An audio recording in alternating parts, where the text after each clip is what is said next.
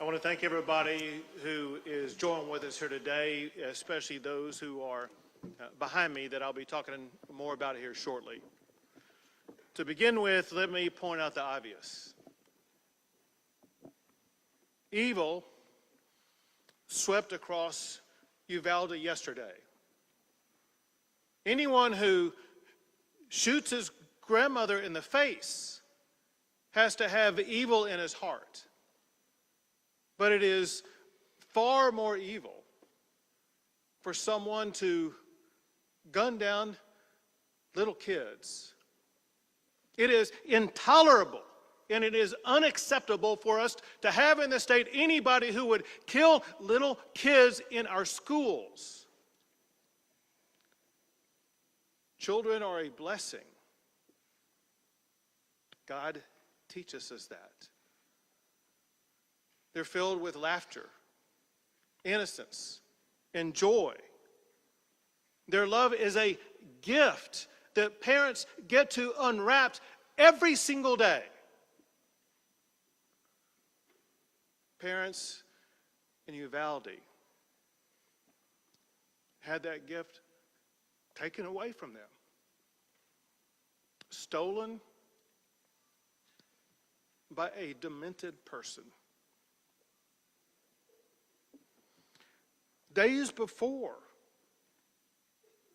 yesterday, when these children were at school, some were receiving awards for perfect attendance. These kids will never attend school again. To say the least, Uvalde has been shaken to its core. Families are broken apart. Hearts are forever shattered. All Texans are grieving with the people of Uvalde, and people are rightfully angry about what has happened. Events like this, they tear at the fabric of a community. Our job is to ensure that the community is not going to be ripped apart. All Texans must come together and support the families who have been affected by this horrific tragedy. What they need now more than ever is our love. What they need is uplifting from all of our fellow Texans and all of our fellow Americans. And let me emphasize something that I know you all know. But the reality is, as horrible as what happened, it could have been worse. The reason it was not worse is because law enforcement officials did what they do. They showed amazing courage by running toward gunfire for the singular purpose of trying to save lives. And it is a fact that because of their quick response, getting on the scene, being able to respond to the gunman and eliminate the gunman, they were able to save lives. Unfortunately, not enough. But I want to make sure that everybody knows all of the law enforcement agencies and groups that are involved and were involved in this process. The Texas Rangers are leading the investigation, and they are supported by the Texas Department of Public Safety Highway Patrol, the Texas Department of Public Safety Criminal Investigative Division, DPS Aircraft, DPS Intelligence Counter-Terrorism Division, DPS Crime and Victim Support. They're also supported by the Texas Division of Emergency Management, the FBI, as well as multiple federal partners, including the DEA, ATF, HSI, and Border Patrol. And then, of course, the valiant local officials, the Uvalde Sheriff's Department, Uvalde Police Department, Uvalde Independent School District Police, Uvalde County Constables, Uvalde Mayor, the County Judge, Uvalde District Attorney's Office, local public works and surrounding police department, and the San Antonio Police and Fire Department also. Let me walk you through some of the facts of what has happened. There's been a lot of things that have been said. Some are correct, some are incorrect. Let me tell you the best information that we have at this time, understanding very importantly that this is an ongoing investigation, and ongoing investigations often reveal new information as those investigations progress. The first thing that happened was that the gunman shot his grandmother in the face. She then contacted police. The gunman fled, and as he was fleeing, he had an accident just outside of the elementary school, and he ran into the school. Officers with the Consolidated Independent School District, they approached the gunman and engaged with the gunman at that time. The gunman then entered a back door and went down 2 short hallways and then into a classroom on the left-hand side. The gunman entered into that classroom, and the classroom was connected internally to another classroom. Border Patrol, Consolidated ISD officers, police, sheriffs, and DPS officers converged on that classroom, and a Border Patrol officer killed the gunman. As I said, Texas Rangers are leading the investigation, joined by federal, state, and local law enforcement officials. At this time, we know that 19 children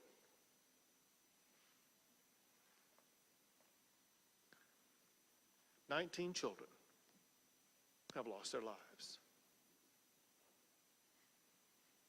2 faculty members lost their lives. In addition to that, there are 17 people who are injured, but their injuries are not life-threatening. All family members of all of these students and faculty members have been contacted and informed about the circumstances. Officials are working with parents to ensure that their parents are going to be able to see their children. Parents should contact victim services at the county fairplex. We know that there are parents still striving to make a connection. All parents are welcome and urged to contact victim services at the county fairplex. The gunman was 18 years old and reportedly a high school dropout. Reportedly, there has been no criminal history identified yet. He may have had a juvenile record, but that is yet to be determined. There was no known mental health history of the gunman. He used one weapon, which was an AR-15, using 223 rounds. There was no meaningful forewarning of this crime other than what I'm about to tell you.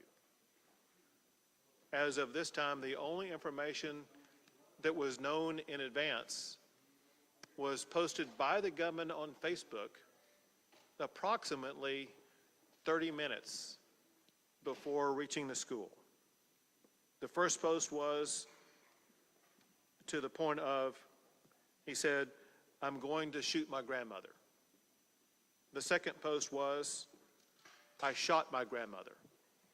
The third post, maybe less than 15 minutes before arriving at the school, was, "I'm going to shoot an elementary school."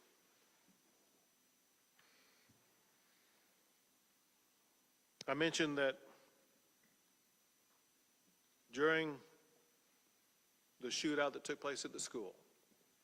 In addition to the students and the faculty, there were 3 officers who were injured who were all remain in good condition. 1 deputy sheriff lost a daughter in that school. Before coming out here, we had a long discussion with law enforcement at all levels. We had a discussion with community leaders, elected officials.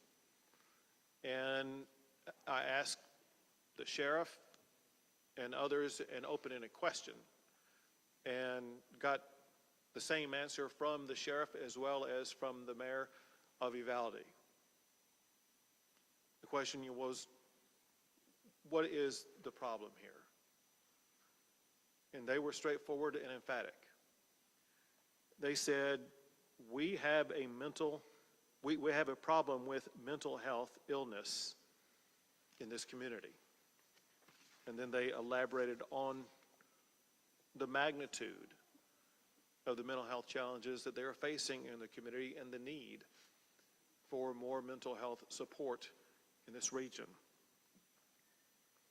I want to make sure everybody understands the mental health services that are available at this time, with me making one clarifying point in advance that I'm going to redouble down in the aftermath. Whenever anything as shocking and extraordinary and disturbing as this event occurs, there is an urgent need for everybody affected to access mental health. I cannot be more emphatic than saying with great urgency, everybody in this community, I mean everybody, the victims, the families, family members, friends, the law enforcement involved, but the entire community is in utter shock about this. Some physical wounds that were sustained by the officers, they're going to heal in the coming days. The mental and emotional wounds are far harder to see and last far longer. The state of Texas, working with federal and local officials and agencies, we're going to be here for a long, long time.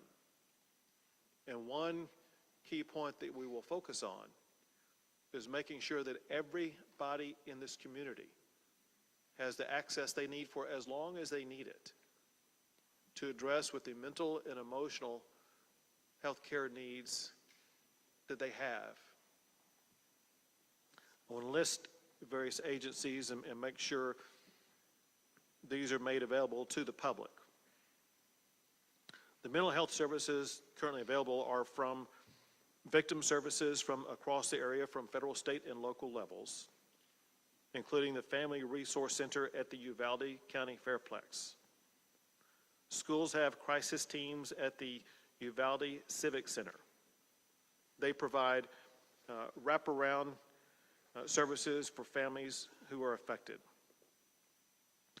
The Texas Child Mental Health Consortium, created by the state legislature in 2019, is available to assist.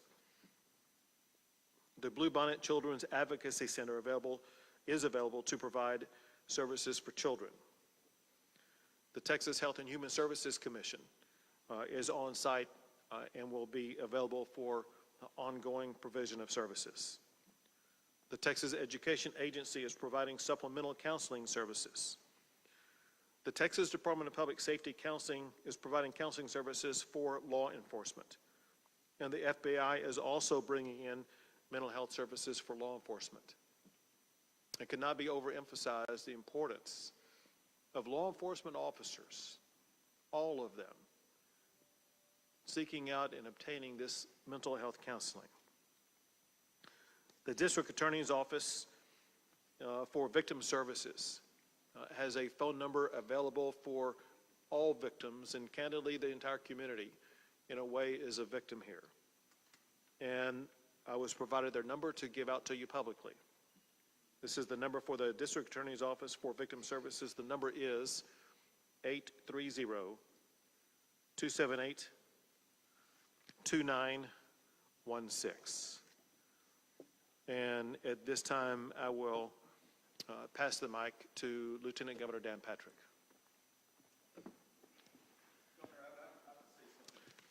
Excuse me. Excuse me. Excuse me. Sit down. You're out of line and an embarrassment.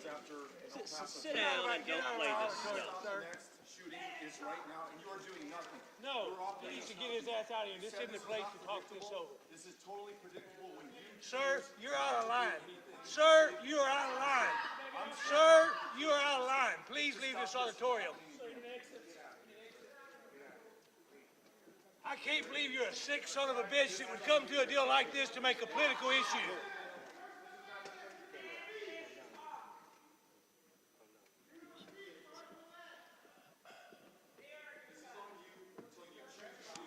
It's on assholes like you. Why don't you get out of here?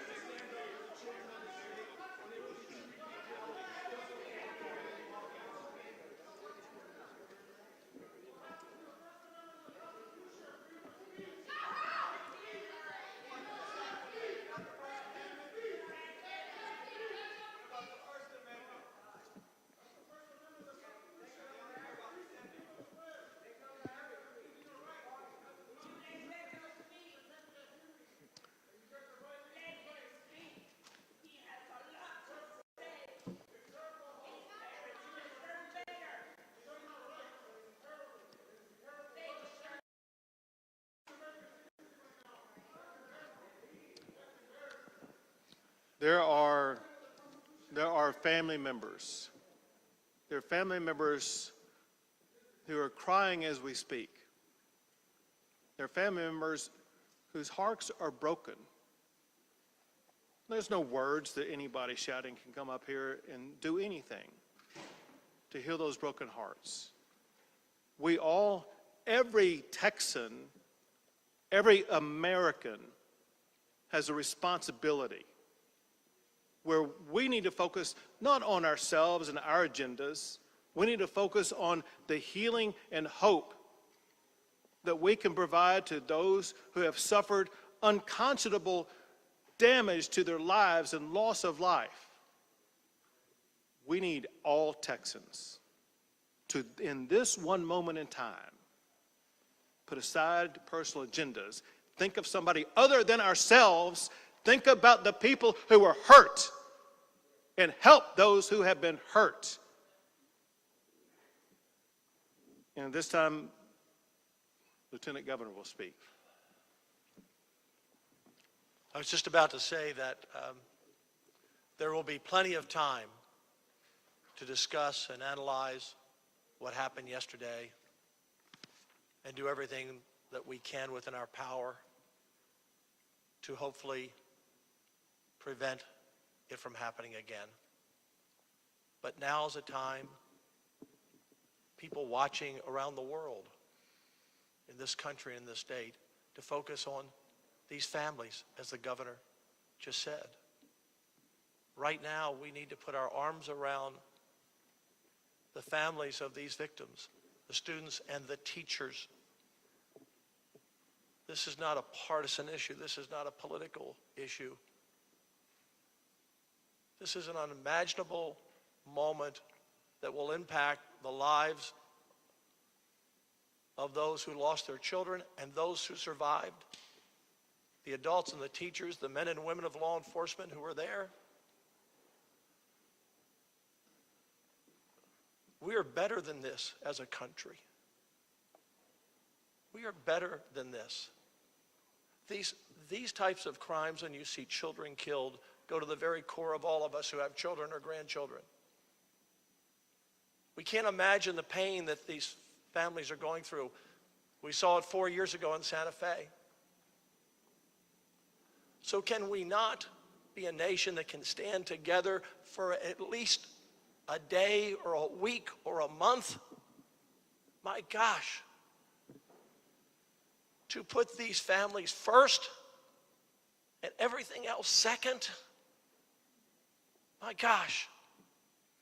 You know, we live in a time, I said this yesterday, when people are at each other's throats everywhere we turn.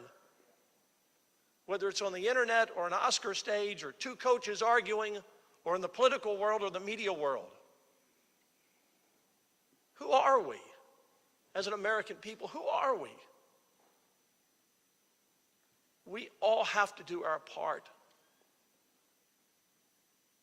All do our part to make us a better people and a better nation. Evil will always walk among us. And in times like this, I've seen it. The governor's seen it. The speaker's seen it. The senators have seen it. The attorney general's seen it. In these other shootings, Sutherland Springs, El Paso, Odessa, Santa Fe, it's God that brings a community together. It's God that heals a community. It's God that heals a shattered and broken heart. And if we don't turn back as a nation to understanding what we were founded upon and what we were taught by our parents and what we believe in, then these situations will only get worse and happen more often. So, no matter what your thoughts are today, pray for these families. Pray for this community.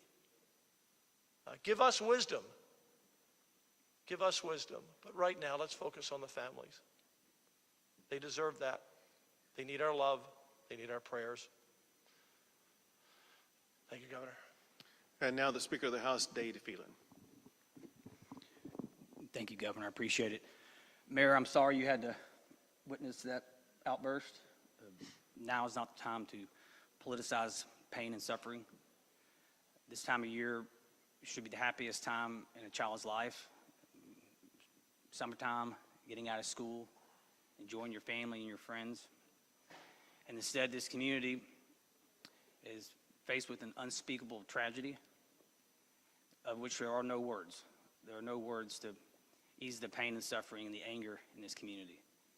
I do want to reiterate what the governor said about the mental health of this community. This will take many, many years of pain and suffering and counseling. And your mental health is like any other health.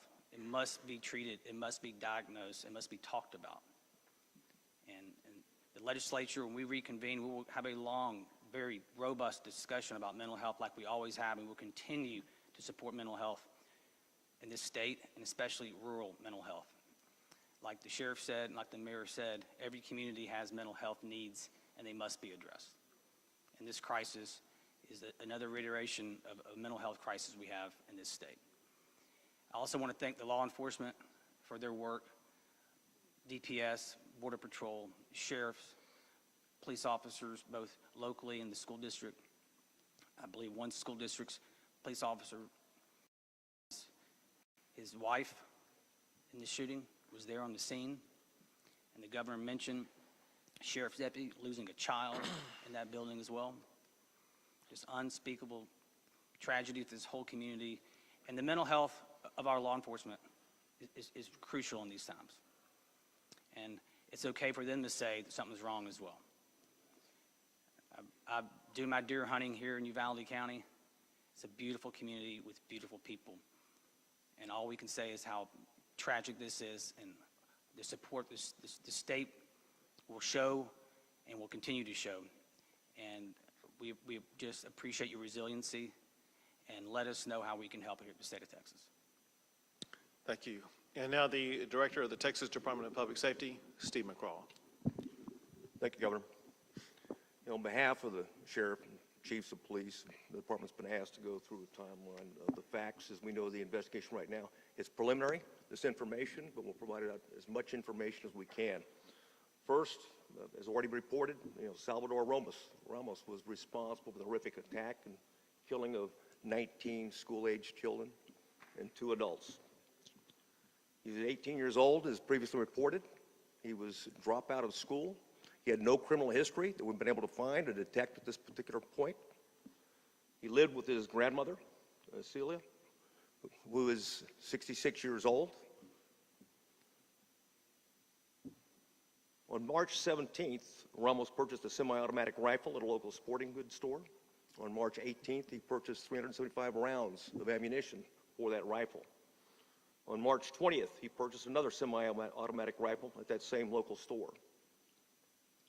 The FBI has been able to find information on his Facebook account that the governor already provided you information on.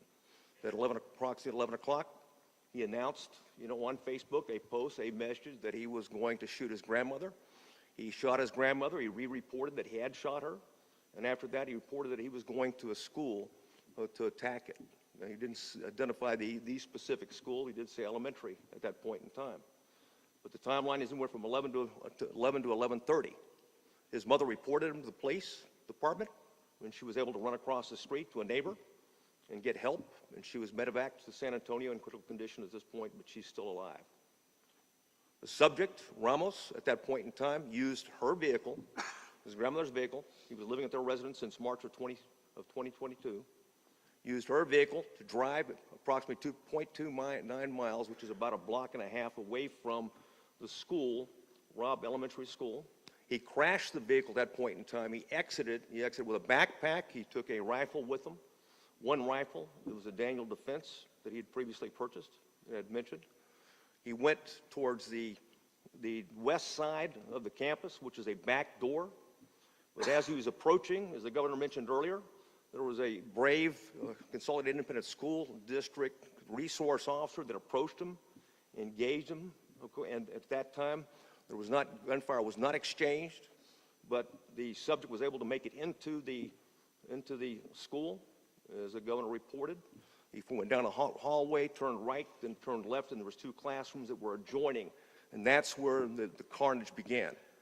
As he was shooting, when the shooting began, we had Uvalde police officers arrive on scene, and along with the Consolidated Independent School District officers, immediately breached, because as we know in officers, every second's a life. They breached it, engaged the active shooter, and continued to keep him pinned down in that location, afterwards, until after a tactical team could be put together, comprised of Border Patrol agents on the front end, some members of their BORTAC unit, which is a SWAT team for Border Patrol.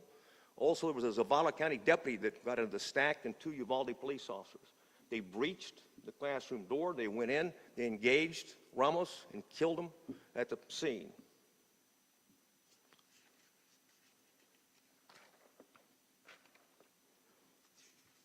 That covers it, Governor. One thing I'd like to say, though, and you hit the nail on the head, is that in the profession of law enforcement, it is a profession. What looks right and how we measure ourselves is the absence of crime and disorder. Obviously, this is a situation we failed in the sense that we didn't prevent this mass attack. But I can tell you those officers that arrived on the scene and put their lives in danger, they saved other kids. They kept them pinned down. And we're very proud of that. At the same time, we're always looking to get better and look at anything that might have been out there. We've yet to find a clue, whether it's social media or other indicators that might have given us any type of idea that he was about to do something like this. It gives an opportunity to prevent it because, as we know, the overriding priority of you, certainly the legislature in Texas and the people of Texas, is that it's all about prevention. Prevent the next mass attack. And thank you for your leadership, and Speaker and Lieutenant Governor. Thank you. Thank you. And now the superintendent for the Consolidated Independent School District, Hal Harrell. Thank you, Governor. Thank you for being here today. Thank you for your support. I appreciate your team coming and speaking to us and providing the services and resources that you have. As superintendent, I could never have imagined a day like yesterday. End of school, award ceremonies, the time of a second, third, or fourth grader's life at that point. It was a senseless and tragic event, and this magnitude in our community is heartbreaking. It really is. We have had a lot of support here from our community, surrounding counties, surrounding districts, and all over the state, and I appreciate you for thinking of us and sending that support. I have to relay the heartbreak of our teachers at Robb campus. I met with them this morning, but as I looked across that room, there was a group of heroes in that room. If it weren't for them, along with the law enforcement that came, that were willing to cradle their kids, get them out of the classroom when it was safe, when they were guided, and the trust our kids had in their teachers. That says volumes for our staff here in Uvalde. They are heroes. They did heroic things yesterday, and they are always very humble, but they are truly humble heroes. Yesterday, we lost 2 teachers. These 2 teachers, I would say, are the cornerstone of that campus to some great degree. They are 2 beautiful souls. They have taught on that campus for many years. They have kids in our district, and they poured their heart and soul into what they did in educating our kids in Uvalde. 19 students, 19 precious students who came to school yesterday to enjoy the day, to enjoy the award assembly. And as I look at their pictures, you can just tell by their angelic smile that they were loved, that they loved coming to school, and they were just precious individuals. This is a difficult time for everybody. We are hurting. We have been cut deep here in our community. We will move forward. It's going to take some time moving forward. While our faith has been shaken, we ask you to continue to pray for these families, these kids in our community, and our teachers. I am a product of Uvalde. I'm born and raised here. I've worked for this district for 30 years. I never thought I would be sitting in front of you doing this today. But please pray for our teachers, pray for our community, and we will move forward. Thank you, Governor. Thank you. We'll take a few questions. Governor, you talked a lot about mental health, but not talking about guns. You think an 18-year-old has been able to buy a weapon in his mind? Would you commit to making any changes as far as gun laws? So the ability of an 18-year-old to buy a long gun has been in place in the state of Texas for more than 60 years. And think about during the time over the course of that 60 years, we have not had episodes like this. And why is it that for the majority of those 60 years, we did not have school shootings? And why is it that we do now?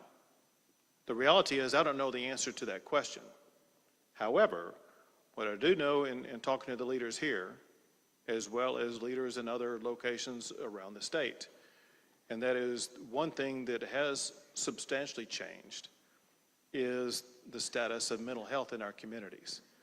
What I do know is this, and that is we as a state, we as a society, need to do a better job with mental health.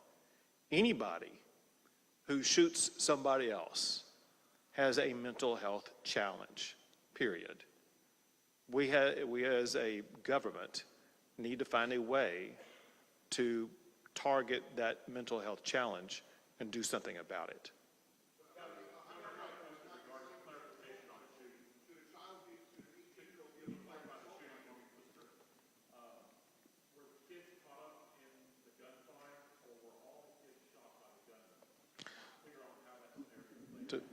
Director McCraw will have the best information on that.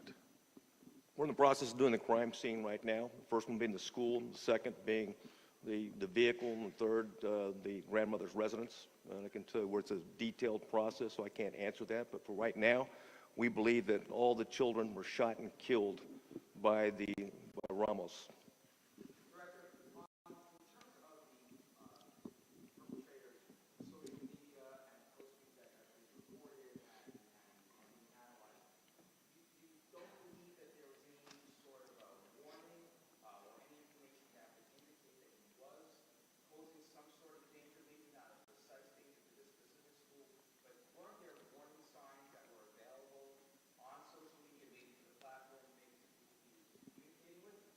We did see some, and I think one was of a concern, and that concern was, relayed to allegedly, we haven't confirmed it yet, to someone in California who didn't report it. And we're in the process of working with the FBI right now to make sure she's interviewed and find out more about it. There may be other clues out there right now that we're not aware of. This is a preliminary part of the investigation. We're going to scour everything to find anything that what could have indicated in some way, shape, or form that this individual was a threat to the community. But nothing had come to local law enforcement that they could have acted? None at all. In fact, this is, you know, we're astounded at the beginning of the investigation because there's usually something out there, but right now, it is as that reported on the timeline. If we find out something else, we'll provide that information.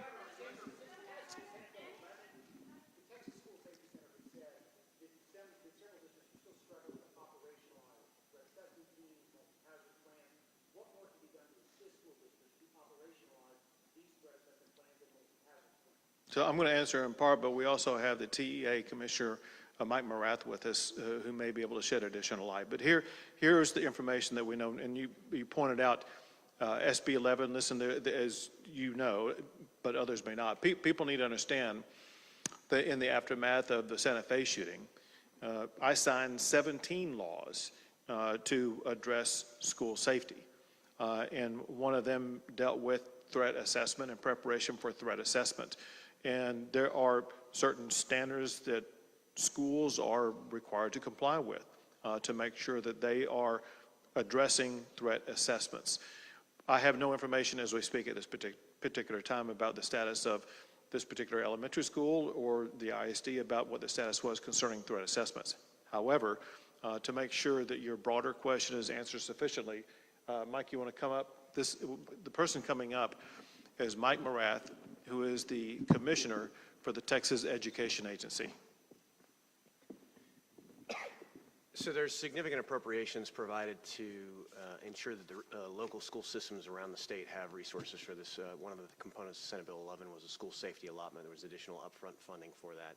The Texas School Safety Center and our agency work in collaboration to provide technical assistance and training to school district leaders, counseling team leaders, others, to ensure that the threat assessment protocols and these procedures, including threat response plans, the operational multi-hazard plans, are practiced on a recurring basis.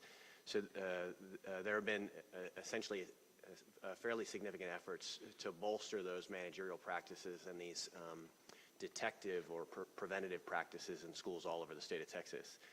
We will continue to do more. After any incident like this, of course, you reflect on lessons learned to ensure that we can prevent this kind of situation in schools going forward. Yeah, if I can just add to that. One second. I'll call on you next. 1 second. If I can just add to that briefly, in 19, the House and Senate worked together, put $100 million into trying to give the schools all the tools that they needed to try and protect the students. The Marshals program, the Guardian program to arm teachers where schools want it. We left a lot of those programs optional up to the parents and the school boards and the school districts. And they're doing the best they can. And you're always going to have, again, no matter what you do, there's going to be someone to find another area that's vulnerable. But the legislature did act. The governor signed those bills, but we can and need to do more. And in the area of mental health, we've also been working on that as well, but need to do more. We've got to, in our smaller schools where we can get down to one entrance. One entrance might be one of those solutions. If you had taken 3 more minutes to find an open door, police were there pretty quickly. But this school district has been doing a really good job in trying to protect their students. And those teachers died yesterday protecting their students. And this is a continued work for us. Go ahead. You were at a political fundraiser in Walker County. Why did you not cancel that event? And your press officer stated that you plan on canceling all future political events going forward until further notice. Does that include the NRA convention here in Houston on Friday? So first, with regard to yesterday, I was actually in Taylor County responding to a different disaster, a disaster of fires that had ripped through Taylor County and destroyed 20 homes. And that is when I learned about the shooting that was taking place pretty much at that time here On the way back to Austin, I stopped and let people know that I could not stay, that I needed to go, and I wanted them to know what happened and get back to Austin so that I could continue my collaboration with Texas law enforcement to make sure that all the needs were being met here in the Uvalde area. As far as future plans are concerned, listen, I'm living moment to moment right now. My heart, my head, and my body are in Uvalde right now, and I'm here to help the people who are hurting.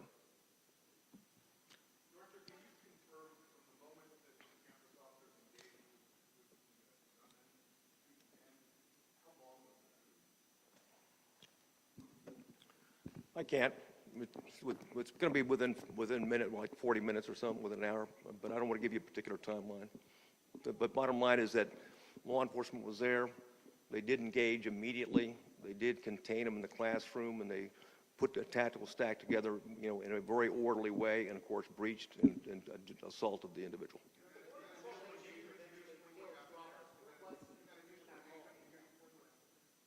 The initial engagement? No, I mean, yeah, it was just, it confronted him and wanted to find out, because he read the report, heard the accident, and was out trying to check on that particular crash when he saw it.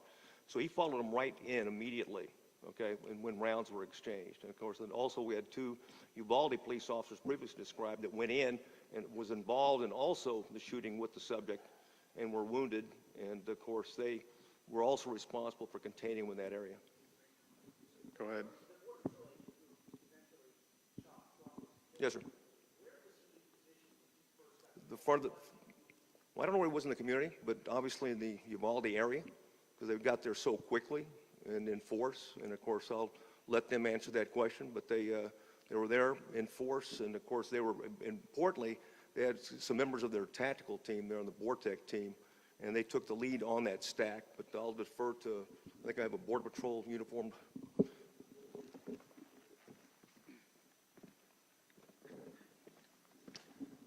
Thank you. So first off, the U.S. Border Patrol Del Rio sector has a station in Uvalde. So we have about 150 or so agents that are permanently assigned to Uvalde. We also have several agents in other stations that choose to live here in this community as well. So we had folks that came from off-duty. We had folks that came from training. We had folks that were in the field and responded. So a multitude, some 80 in total, Border Patrol agents responded. So as to where that particular individual came from, don't have that yet. The investigation will bear out, but we have a large presence permanently here in Uvalde. Did you? Not going to release his name just yet. Go ahead.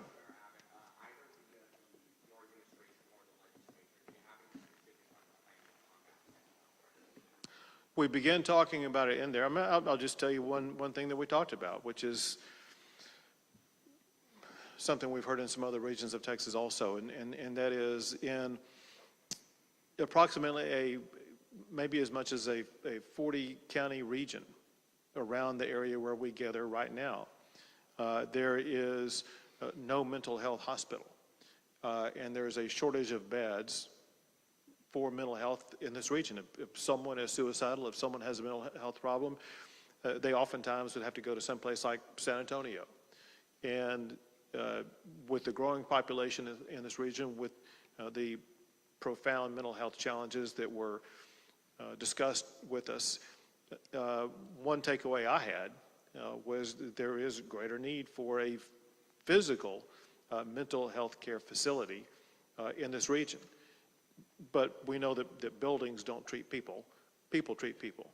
And so there needs to be more personnel, more strategies, a greater understanding by the mental health care provider community about what the needs are, and they will be best equipped to know the best way to provide, or let's say meet those needs. Bottom line is this, and that is, I think it's a fair statement, that legislative leaders understand about health challenges in the more rural settings in the state of Texas, and we have a genuine commitment to help address those mental health care challenges.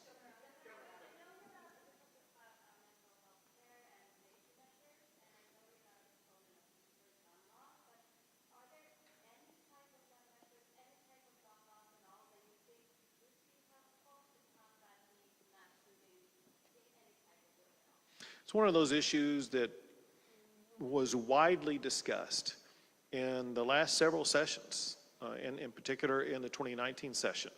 And pretty much every issue was raised by one legislator or another about potential ways to address shootings like this.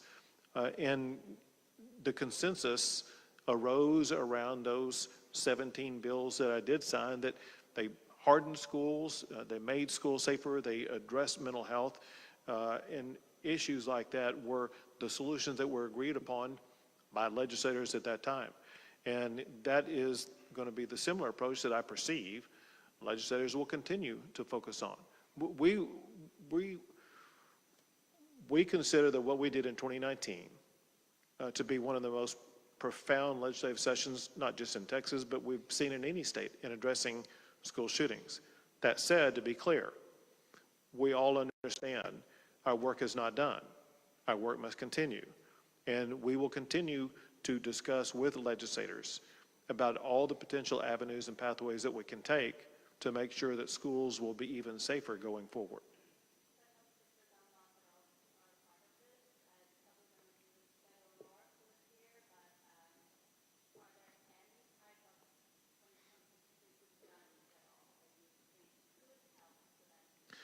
And I know people like to try to oversimplify this. Let's talk about some real facts. And that is, there are, quote, real gun laws in Chicago. There are, quote, real gun laws in New York. There are real gun laws in California. I hate to say this, but there are more people who were shot every weekend in Chicago than there are in schools in Texas. And we need to realize that people who think that, well, maybe if we could just implement tougher gun laws, it's going to solve it. Chicago and LA and New York disprove that thesis.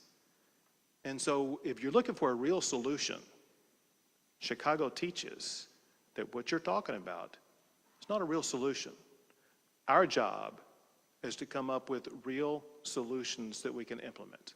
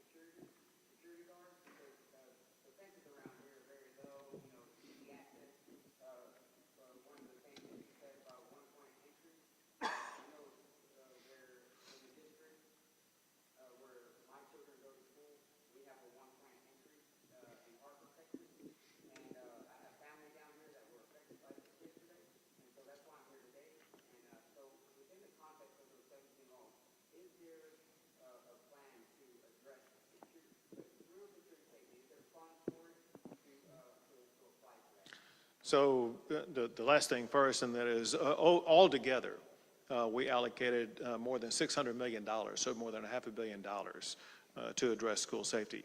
As it concerns the first parts of your question, the answer is, with the laws that we passed in 2019, which is 3 years ago, all those measures that you were talking about were included in those laws. Let me give you several examples. An entire platform that was addressed is what's called school hardening or hardening schools. Some of those strategies reduce the number of entrances. Other strategies provide things like school marshals or having DPS officers or others fill out their paperwork in schools so that there will be a law enforcement presence in schools. They involve different types of strategies that will make it, should make it more difficult for a shooter to get into a school. That said, I can tell you what we all agree upon. We're all going to go back and look at both exactly what was passed, any shortcoming in what was passed, any shortcoming in implementation.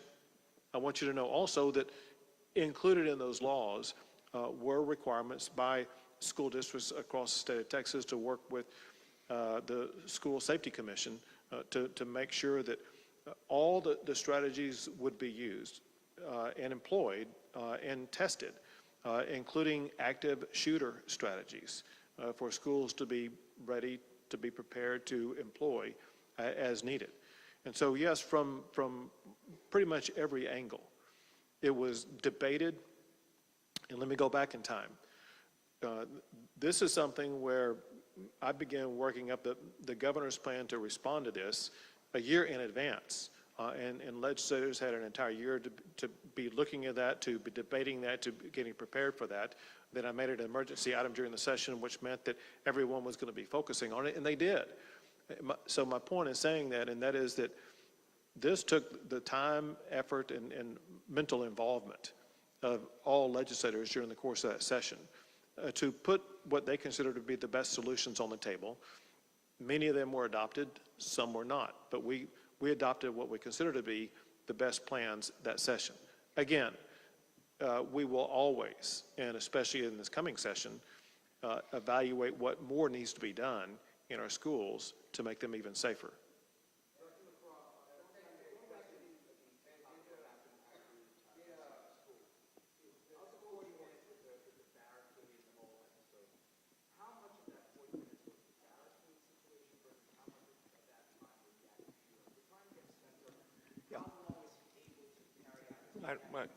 I understand that. We're looking at, now we're getting the surveillance video, so we can go frame by frame and track that every minute. So that's part of obviously the investigation, and I'd wait until we've completed that part before we provide that information. Yeah, right now, I don't want to say, because I think we have an answer, but we haven't confirmed it yet. No, he was not. He was not chased. No, not at all. What's the status of the building? Have you been able, or the team that's assembled, obviously it's not all your people, but have victims all been identified, have the bodies, evidence, work going on? All the victims have been identified, and all the notifications have been made. Yes, there's an ongoing recovery team. We've got certainly a company of Texas Rangers with forensic background are conducting it, and then we've got the FBI's evidence response team, and of course ATF is helping as well. Can we get you to speak up a little bit?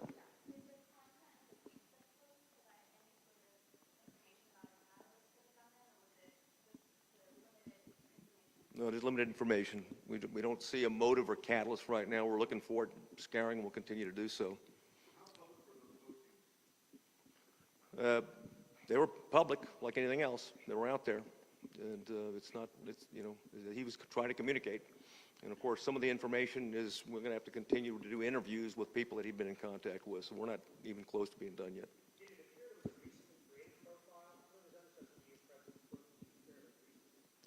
Yeah, I can't comment on that right now.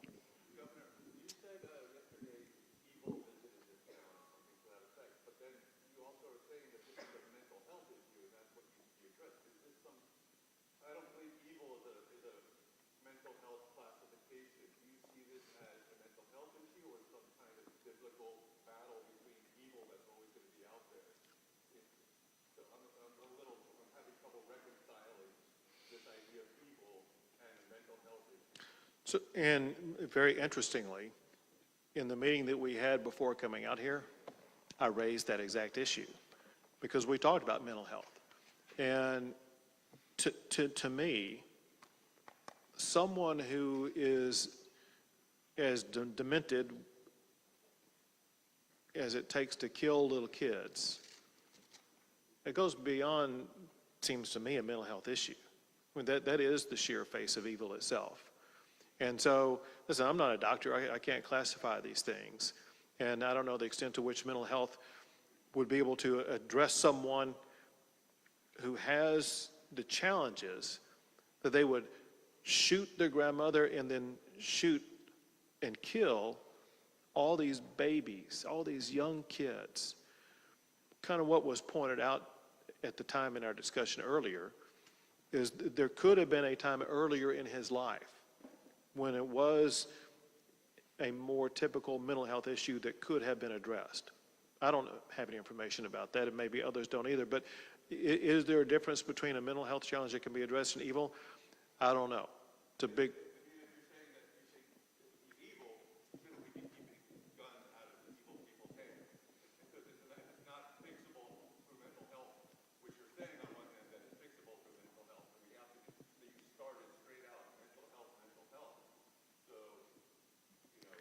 And this. And that oversimplifies things, like, you don't want to oversimplify this, but to just say it's evil seems to oversimplify it. Well, it obviously is a meaningful characterization. And the point is this, if you know someone more evil, I want to see what they did. But I consider this person to have been pure evil. Go ahead. Say it again.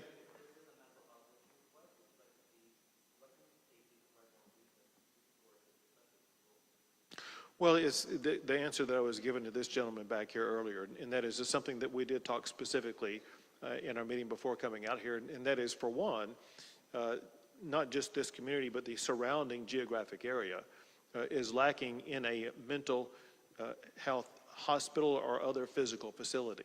And there literally are either no beds or inadequate beds to address those with mental health challenges.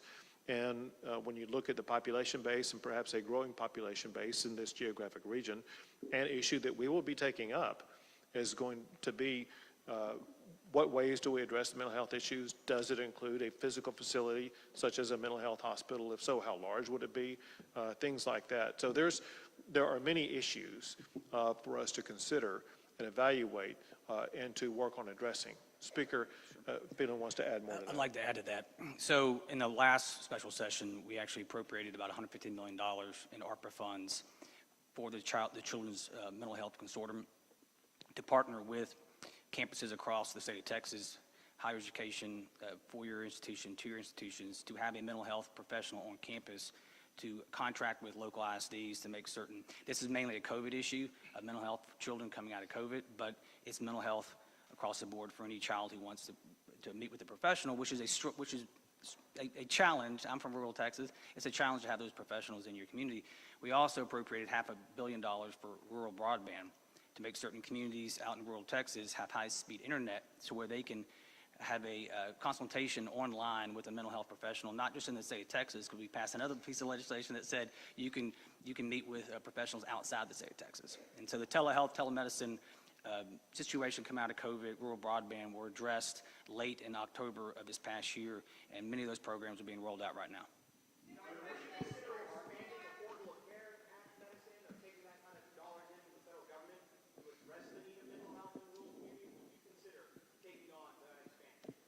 We have other ways of addressing it and other funds available for it.